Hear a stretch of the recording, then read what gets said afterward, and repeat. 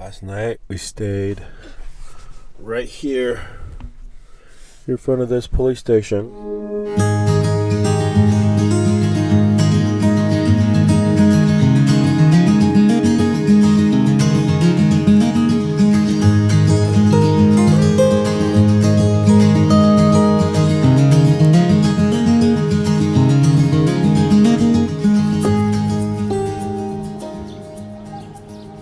So that's where we are in relations to Marrakesh and Agadir and the coast. And down there to the southeast, you see the, it's either the Mauritania border or the Algeria border, not sure. But we're slowly making our way to the coast, but we're going to Tafraout. That's what that finishing line is. So this village is called Irherm, and yesterday we got to the mountain pass in the Anti-Atlas, and we were gonna spend the night there. It seemed like a nice spot. It was a place that other people have stayed before, and we were there for a good couple hours and just waiting for the sun to set, making some dinner, and then probably a dozen cars and people rode by on their motorcycles. Everybody just smiles and waves, totally cool. There's a bunch of trucks, like, driving into this one dirt road. They must be working on something back there. But then this one old villager came by. He got off his scooter, walked over to us, and started speaking in French, saying that we can't spend the night, the police is going to come. You know, I didn't really think too much about it.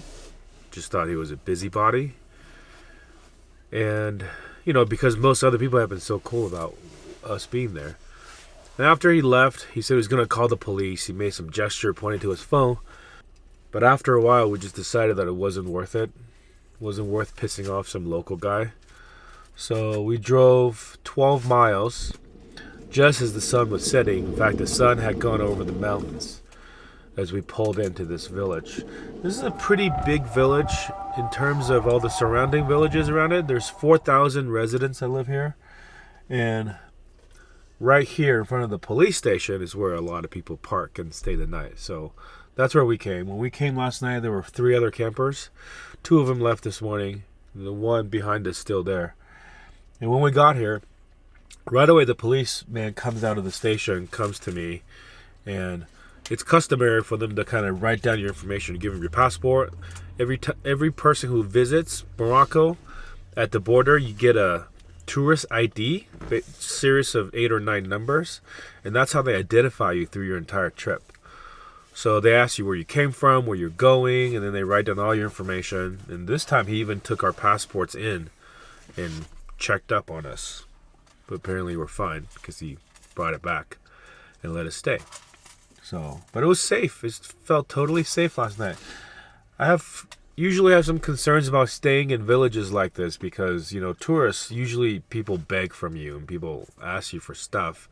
And it's cool for a little while until you kind of feel like you're getting swarmed. So, nothing like that last night. Nothing so far this morning. But we're going to leave though. We're going to go to, this palm grove place and probably spend a few days there because we've heard good things. Finish drinking this coffee, make some breakfast, and we'll get back on the road.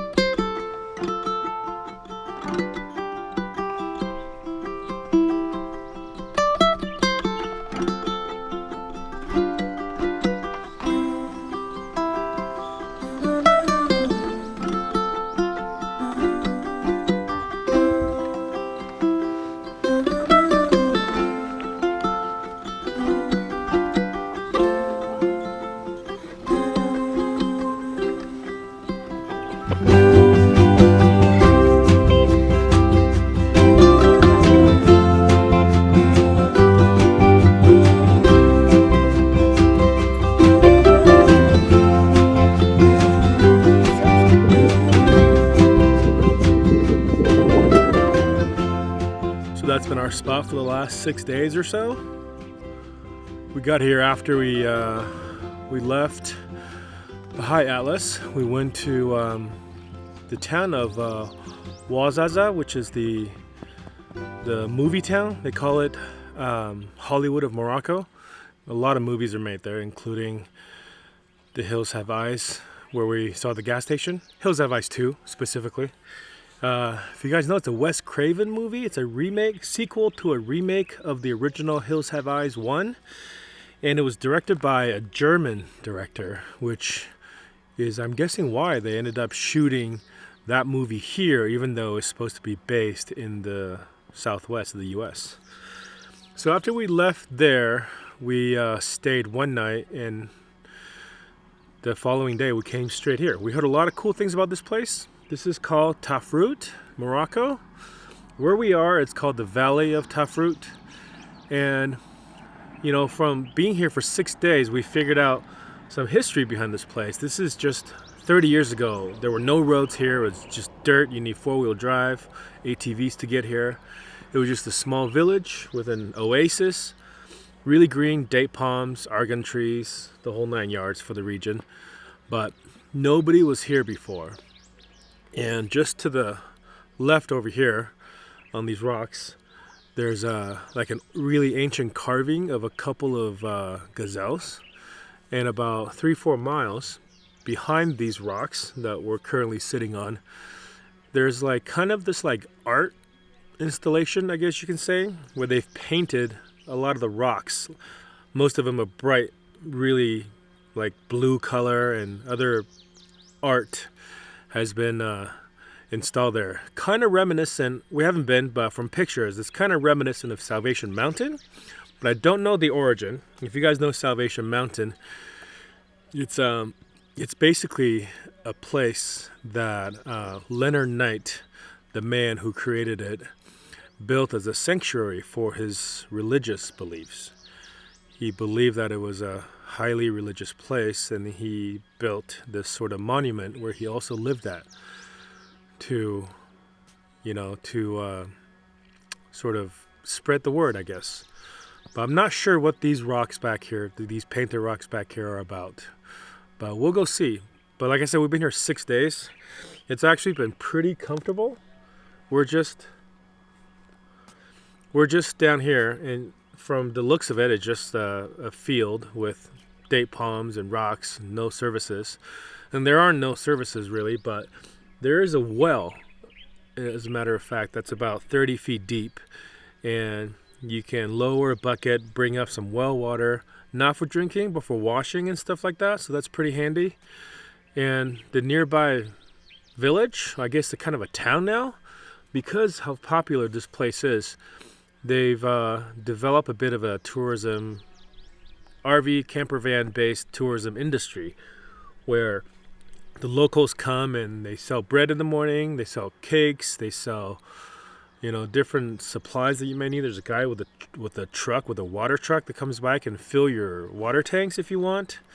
And they actually got permission from the Moroccan government, even though, so this is government land, they got permission from the Moroccan government to charge 15 dirhams per night to stay. So it's 1.5 euros a night, which, you know, for it to be a pretty safe place, and they do kind of look after it at night. They guard it.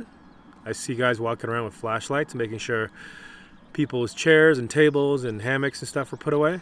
So that's pretty cool. And there's a lady that lives in the nearby village that will come, and she can make you a tagine, couscous, different things, and she'll bring it to your door for a pretty fair price.